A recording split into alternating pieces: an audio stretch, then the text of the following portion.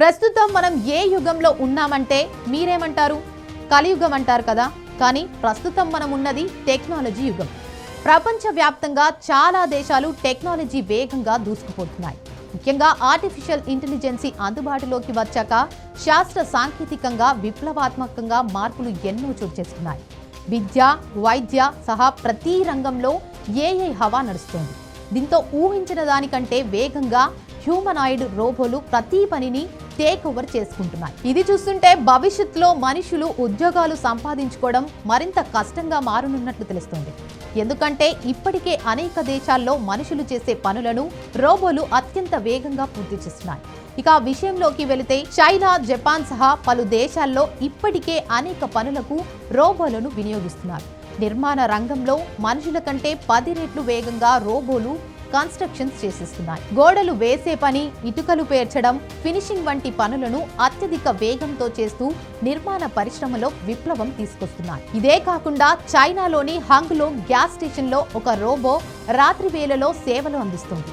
ఇప్పుడు ఏకంగా ప్రభుత్వ పాలనలో ఏఐ టెక్నాలజీ వర్క్ చేసింది. ఇందుకు అల్బేనియా దేశం ముందడుగు వేసింది. ఆ దేశంలోని ప్రభుత్వ పాలనలో అవినీతిని సమూలంగా నిర్మూలించే లక్ష్యంతో అల్బేనియా ప్రభుత్వం ప్రపంచంలోనే ఒక వినూత్న ప్రయోగానికి శ్రీకారం చుట్టింది. దేశ చరిత్రలో తొలిసారిగా ఆర్టిఫిషియల్ ఇంటెలిజెన్స్ ఏఐకు మంత్రి పదవిని అప్పగిస్తూ సంచలన నిర్ణయం తీసుకుంది. ఈ ఏఐ మహిళా మంత్రికి వియోలా అని పేరు పెట్టింది. ఈమె అన్ని ప్రభుత్వ కొనుగోళ్లకు సంబంధించిన బాధ్యతలను పర్యవేక్షిస్తారు. అల్బేనియాలో ప్రభుత్వ టెండర్లు అండ్ ప్రజాప్రతినిధుల కేటాయింపులో భారీగా అవినీతి జరుగుతుందనే ఆరోపణలున్నాయి. దీనిపై భిన్నాభిప్రాయాలు వస్తున్నాయి. అల్బేనియాలో అవినీతిని అరికట్టడం కోసం ఈ ఏఐ మంత్రి పనిచేస్తుందని అల్బేనియా ప్రధాని ఈడీ రామా తాజాగా ప్రకటించారు.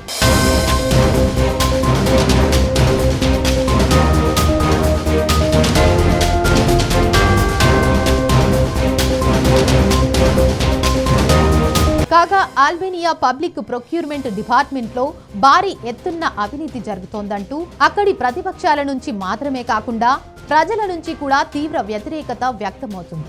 దీంతో ప్రస్తుతం ఈ ఏఐ మినిస్టర్ ప్రపంచవ్యాప్తంగా హాట్ టాపిక్ గా మారింది. ఇక ఈ ఏఐ మంత్రిని తీసుకురావడానికి ప్రధాన కారణమేంటో ఆ దేశ ప్రధాని వెల్లడించారు.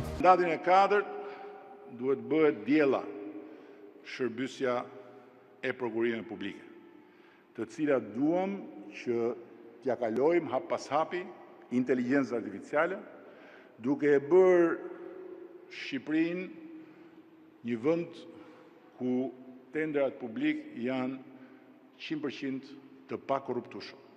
అల్బేనియా దేశంలో ప్రభుత్వపు టెండర్లో పెద్ద ఎత్తున అవినీతి జరుగుతున్నట్లు ఆ దేశం గుర్తించింది. దీంతో ప్రభుత్వ టెండర్లు ప్రక్రియలో అవినీతికి ఏమాత్రం ఆస్కారం లేకుండా చేయడమే డియోల్లా ప్రధాన బాధ్యత అని ఆయన స్పష్టం చేశారు.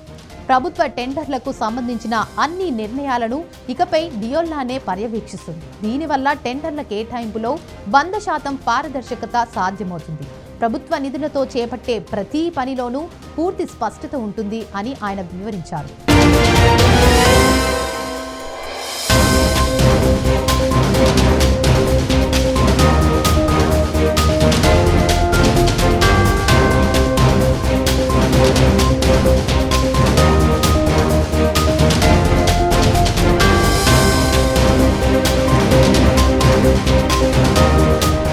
ప్రస్తుతం వివిధ మంత్రిత్వ శాఖల పరిధిలో ఉన్న టెండర్ల నిర్ణయాధికారాన్ని దశల వారీగా ఈ ఏఐకి బదిలీ చేయనున్నట్లు తెలిపారు.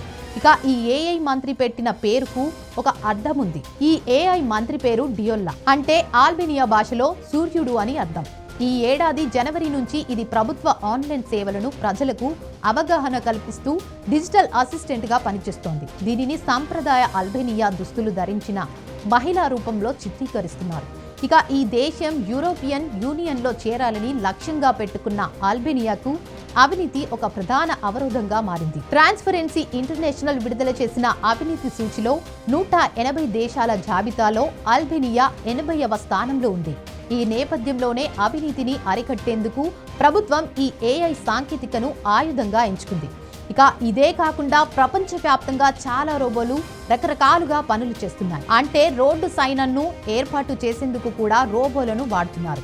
ట్రాఫిక్ నియంత్రణ, సూచిక బోర్డులను వేయడం వంటి పనుల్లో ఈ రోబోలు వేగంగా, ఖచ్చితంగా పనిచేస్తున్నాయి. విద్యుత్ సమస్యలు తలెత్తినప్పుడు హై వోల్టేజ్ కేబుళ్లు మరమ్మతులు చేస్తూ అనేక మంది ప్రాణాలు కోల్పోతున్న సంగతి తెలిసిందే. అయితే ఇప్పుడు ఈ పనులు చేసేందుకు రోబోలు వచ్చేసాయి. ప్రమాదకరమైన పనులను మనుషులకి బదులుగా రోబోలు చేస్తున్నాయి. మానవ ప్రాణాలకు ప్రమాదం లేకుండా విద్యుత్ సరఫరాను మెరుగుపరుస్తున్నాయి.